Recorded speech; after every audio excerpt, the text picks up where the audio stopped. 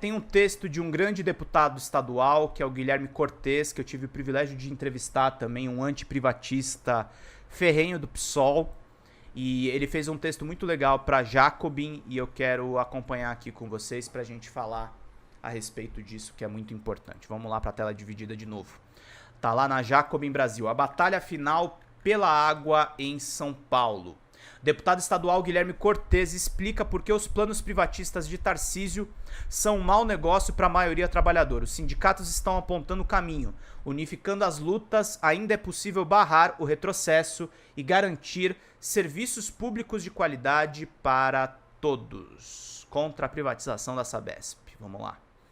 Em meio ao agravamento da crise ambiental e da proliferação de eventos climáticos cada vez mais extremos, causando a morte de norte a sul do país, seja pelo calor intenso, enxurradas ou deslizamentos de encostas, o governo de São Paulo apresentou o projeto de privatização da Sabesp, empresa pública responsável pelo serviço de saneamento básico a 375 cidades do estado. Água para a vida e não para o lucro.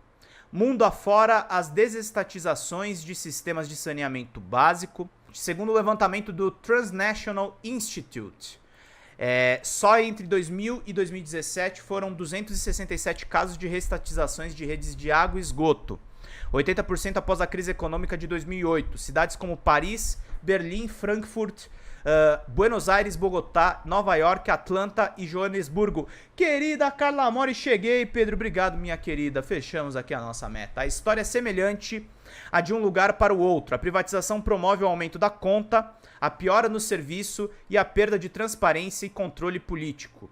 No Brasil, os exemplos são semelhantes. No Rio de Janeiro, que recentemente privatizou a SEDAI, que foi um desastre, viu as reclamações no PROCON subirem 500%.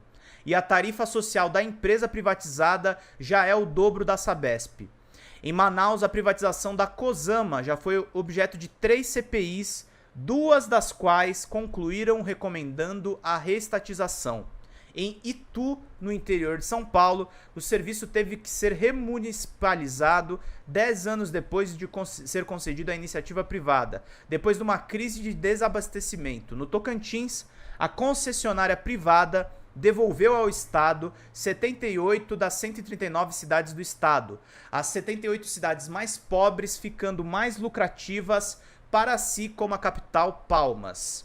Segundo o Datafolha, 53% dos paulistas são contra a privatização da Sabesp, um plebiscito popular organizado por sindicatos e movimentos sociais, já que o governo se recusa a fazer uma consulta pública, deu um resultado ainda mais contundente. Mais de 850 mil pessoas se pronunciaram contra a privatização do saneamento básico e do transporte sobre trilhos, meus queridos e minhas queridas. Unificar a luta.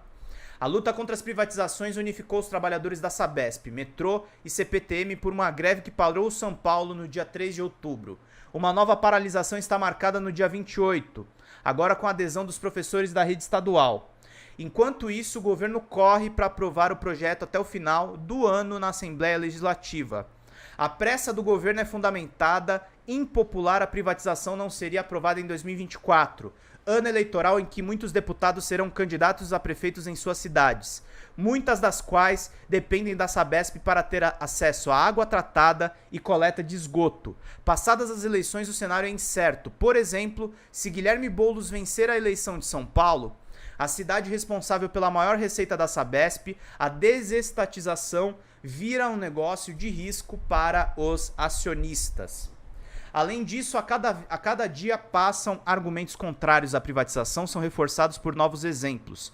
Diariamente, as linhas de trem privatizadas em São Paulo apresentam problemas que vão desde atrasos recorrentes até descarrilhamentos, passando pela pane elétrica e superlotação dos vagões. Não suficiente, o temporal que atingiu a região metropolitana no começo de novembro deixou 2 milhões de usuários sem energia elétrica por conta da negligência da concessionária Enel.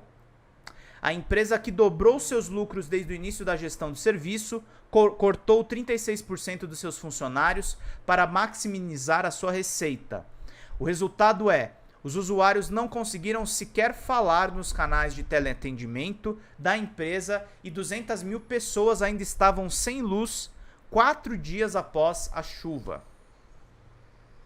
O futuro é comum, não é privado. A privatização dos recursos hídricos já foi faísca para revoltas populares no mundo.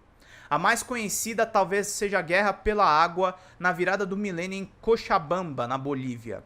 Entre novembro de 99 e abril de 2000, o aumento de 100% na tarifa de água do consórcio Águas do Tunari, encabeçada pela empresa americana Bechtel, levaram uma onda de manifestações radicalizadas que acabou por reverter o processo de privatização. Agora, São Paulo está diante da luta final para manter a mais importante empresa pública que os governos tucanos não conseguiram vender. O governador bolsonarista Tarcísio de Freitas quer mostrar serviço para o mercado para se cacifar como uma alternativa de direita em 2026, mas sabe que essa será a sua batalha mais difícil. O desenlace dependerá da capacidade da maioria social que não quer pagar mais caro por um serviço pior de pressionar para evitar essa privatização, meus queridos e minhas queridas. Sobre autores, Guilherme Cortes é militante, professor, advogado e político brasileiro, filiado ao PSOL, foi eleito deputado estadual por São Paulo em 2022, graças à pegada que ele deu lá no Ricardo Salles. Ricardo Salles que infelizmente foi uma cria antes de virar bolsonarista do Alckmin.